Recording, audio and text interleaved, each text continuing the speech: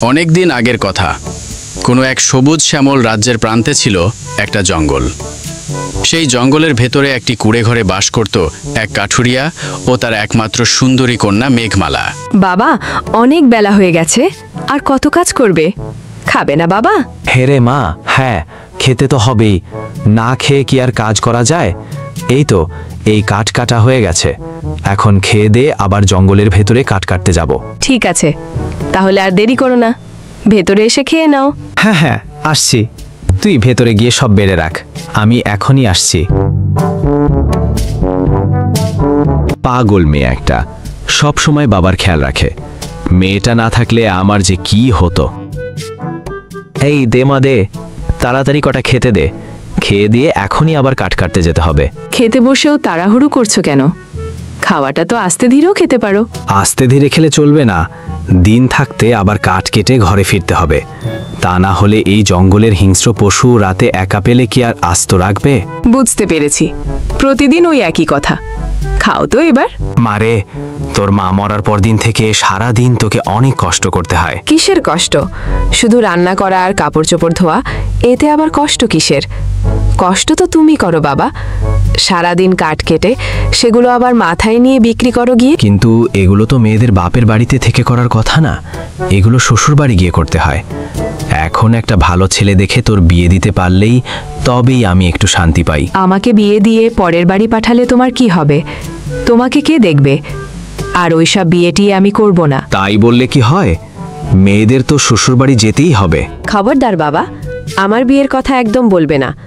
আমি বিয়ে করব না, আমি তোমাকে ছাড়া থাকতে পারবো না বাবা। আচ্ছা ঠিক আছে, আর বলবো না, আমার খাওয়া হয়ে গেছে, এবার আমি তাহলে আসি। ঠিক আছে, যাও, কিন্তু দিন থাকতে ফিরেই এসো। হ্যাঁ হ্যাঁ, দিন থাকতেই ফিরে আসবো।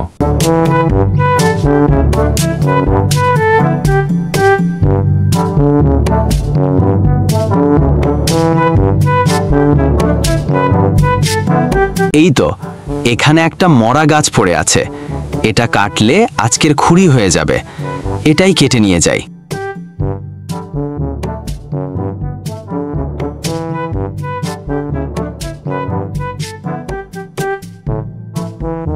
আজ কাঠ কাটতে কাটতে কখন যে বেলা ডুবে গেছে বুঝতেই পারিনি।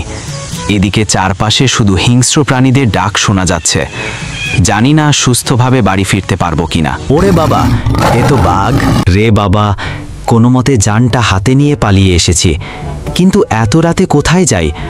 এখন তো এই জঙ্গলে কোনো রাস্তাও চেনা যাবে না, আর তাহলে বাড়ি যাব কিভাবে? ওদিকে বাড়িতে মেয়েটা একা রয়েছে, না জানি মেয়েটা কত চিন্তা করছে। এত রাত হয়ে গেল, বাবা তো এখনো এলো না। কখনো তো এত রাত করেননি। বাবা কোনো বিপদে পড়লো না তো? বাবার কিছু হলে একাই জঙ্গলে কিভাবে থাকবো? হে আল্লাহ, তুমি আমার বাবাকে সুস্থ রেখো। এই তো ওখানে আলো দেখা যাচ্ছে, তার মানে ওখানে মানুষ আছে। আলোটা বেশি দূরে নয়, ওখানে গেলে কাউকে না কাউকে পেয়েই যাব। যাই যাই, ওখানে যাই, তাহলে রাতটা নিশ্চিন্তে কাটাতে পারবো।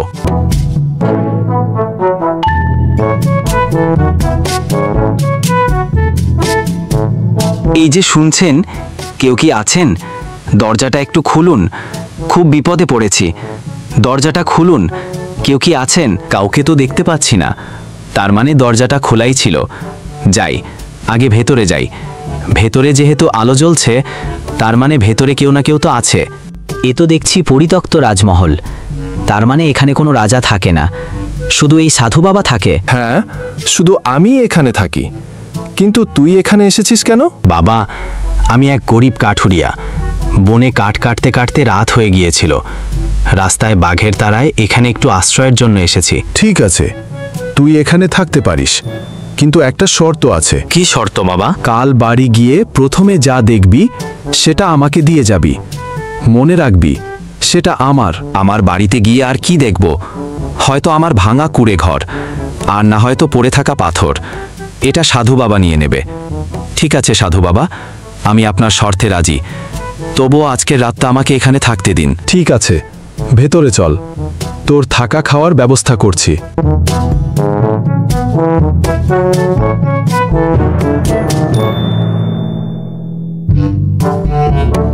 এইখানেই আজকের রাতটা থেকে সকালে চলে যাবি। এই রাতে এই ফলগুলি খেয়ে নিস।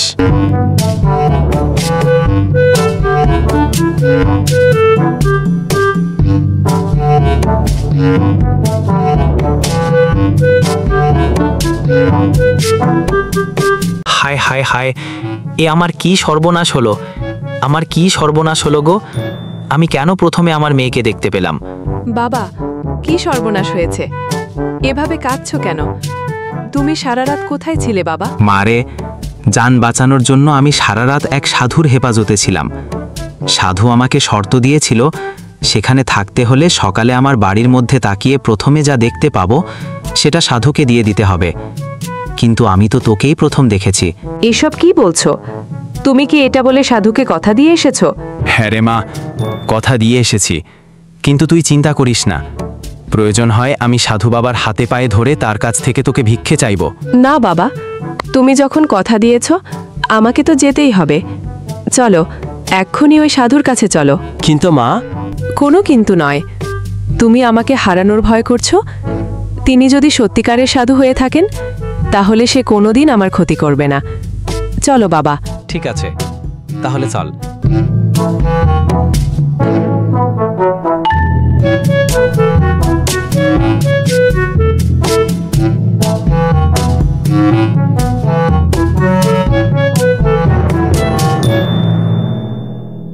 এসেছিস তাহলে? হ্যাঁ এসেছি সাধু বাবা, কিন্তু আমি আপনার কাছে ক্ষমা চাই। আপনি বলেছিলেন আমার বাড়িতে গিয়ে প্রথমে চোখের সামনে যা দেখতে পাবো সেটা আপনাকে দিয়ে দিতে হবে। কিন্তু আমি প্রথমে আমার মেয়েকে দেখতে পেয়েছি, আর আমার একমাত্র মেয়েকে আমি দিতে চাই না। আপনি আমার ক্ষমা করুন। তা বললে তো হবে না, তুই আমাকে কথা দিয়েছিস। এখন যদি কথা না রাখিস তাহলে তোর বড় ক্ষতি হয়ে যাবে। তুই তোর মেয়েকে একেবারে চিরতরের জন্য হারিয়ে ফেলবি। না সাধু বাবা, না। আমার বাবা যখন আপনাকে কথা দিয়েছেন তাই আমি তার কথা রাখব। বলুন আমাকে কি করতে হবে? তুমি অপরূপ সুন্দরী, তোমার রূপের তুলনা হয় না। তোমাকে যদি কোনো রাজকুমার দেখে তাহলে সে তার রাজ্যের বিনিময়ে হলেও তোমাকে পাওয়ার চেষ্টা করবে। এবার তোমার রূপের সাথে তোমার বুদ্ধির পরীক্ষা দিতে হবে। তুমি যদি আমার প্রশ্নের সঠিক উত্তর দিতে পারো তাহলে আমি তোমাকে মুক্ত করে দেব, আর যদি না পারো তাহলে তোমাকে সারা জীবন আমার সেবিকা হয়ে থাকতে হবে। না সাধু বাবা, আপনি আমার ছোট্ট মেয়েটাকে এমন কঠিন প্রশ্নের সম্মুখীন করবেন না। আপনি ওকে ক্ষমা করে দিন, আমাদেরকে যেতে দিন। না, আপনি প্রশ্ন করুন, আমি আপনার প্রশ্নের উত্তর দিতে প্রস্তুত।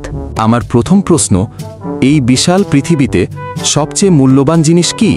সময়। সময় হলো সবচেয়ে বেশি মূল্যবান, যা একবার চলে গেলে আর ফিরে আসে না। বাহ, তোমার উত্তরটি সঠিক হয়েছে। এবার দ্বিতীয় প্রশ্ন, সবচাইতে শক্তিশালী কোন জিনিস? ভালোবাসা, কারণ ভালোবাসা ঘৃণা আর বিদ্বেষকে জয় করতে পারে। বাহ বাহ, অতি উত্তম। এবার শেষ প্রশ্ন, কোন জিনিস মানুষকে সুখ আর তৃপ্তি দেয়? অন্যের মুখে হাসি ফোটানো, কারণ অন্যের মুখে হাসি ফুটিয়ে যে সুখ আর তৃপ্তি পাওয়া যায় তা আর কিছুতেই পাওয়া যায় না। এ কি, এসব কি হলো? তার মানে আপনি সাধু বাবা নন? না, আমি কোনো সাধু বাবা নই। আমি এই রাজ্যের রাজকুমার। এতদিন এক জাদুকরের জাদুশক্তির কারণে সাধু হয়েছিলাম, আর আমার রাজ্যের প্রজারা সহ অদৃশ্য হয়েছিল। তোমার 3টি সঠিক উত্তরের কারণে আমরা সেই জাদুশক্তি থেকে মুক্তি পেয়েছি। আমার রাজ্যের উপর থেকে সকল খারাপ শক্তি বিলীন হয়ে গেছে।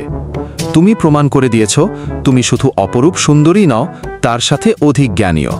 তুমি চাইলে আমার রানী হয়ে থাকতে পারো। না রাজকুমার, আপনি হলেন এই রাজ্যের রাজকুমার, আর আমার মেয়ে হলো সামান্য কাঠুরিয়ার মেয়ে। আপনার সাথে আমাদের কি যায়? কি বলছেন আপনি? আপনার মেয়ের মধ্যে যে গুণ আছে তা হয়তো অনেক রাজকুমারীর মধ্যেও নেই, আর আমার কাছে কোনো ধনী গরিবের ভেদাভেদ নেই। তাছাড়া আপনার মেয়ের জন্যই আমরা মুক্ত হতে পেরেছি। তাই আমি চাই আপনার মেয়ে এই রাজ্যের রানী হয়ে থাকুক। তখন কাঠুরিয়া আর রাজকুমারকে না বলতে পারে না। এরপর রাজকুমার মেঘমালাকে তার রানী বানিয়ে সুখে শান্তিতে বসবাস শুরু করে। সেই সাথে সেই রাজ্য আবার খুশিতে ভরে ওঠে।